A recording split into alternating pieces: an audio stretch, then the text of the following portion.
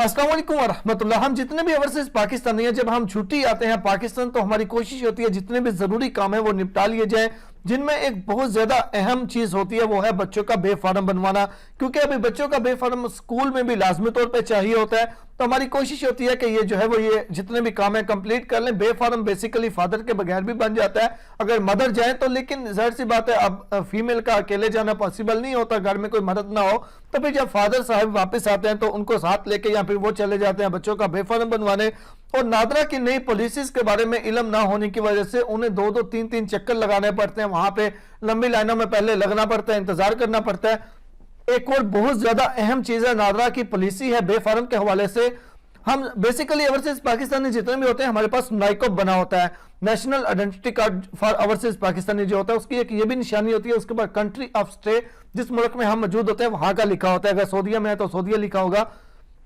अब नाइकॉब जो होता है उसमें दो चीजें होती है। नाइकॉब के अंदर एक हमारा बेसिकली सारे कार्ड्स के अंदर अब दो ही होते हैं, एक प्रेजेंट एड्रेस एक परमानेंट एड्रेस। लेकिन जो ओवरसीज होते हैं उनका प्रेजेंट एड्रेस अगर पाकिस्तान के बाहर किसी और मुल्क का है, बेसिकली हम जहां पे होते हैं वहां पे अगर हमने अपने नाइकॉब को मंगवाया तो वहां का एड्रेस आता है। परमानेंट एड्रेस तो पाकिस्तान का होता है, लेकिन प्रेजेंट एड्रेस जो है वो जिस मुल्क में हम मौजूद होते हैं वहां का होता है। तो अगर किसी भी नादरा के आईडी कार्ड के ऊपर प्रेजेंट एड्रेस, याद रखिएगा मैं परमानेंट एड्रेस की बात नहीं कर रहा, मैं प्रेजेंट एड्रेस की बात कर रहा हूं। जिस किसी के भी आईडी कार्ड के ऊपर अगर प्रेजेंट एड्रेस पाकिस्तान के अलावा किसी और मुल्क का है तो वो बंदा खुद अपने बच्चों का बे फार्म अप्लाई नहीं कर सकता, यानी कि नादरा में जाके अपने बच्चों का बे फार्म नहीं बनवा सकता।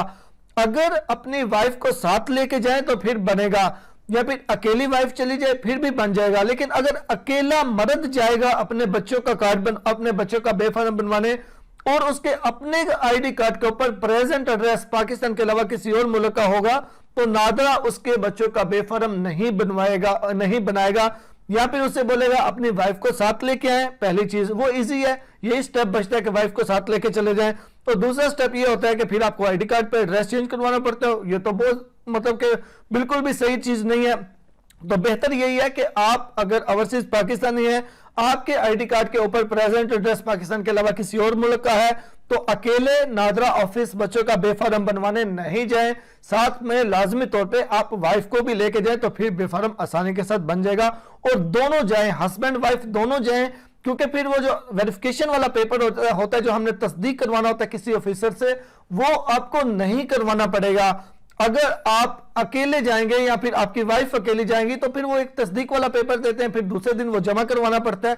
अगर आप दोनों चले जाएंगे हस्बैंड वाइफ तो फिर वो आपको तस्दीक वाला पेपर नहीं देंगे कि इसे तस्दीक करवा के लाएं, फिर वो सब कुछ एक दिन के अंदर ही कंप्लीट हो जाएगा।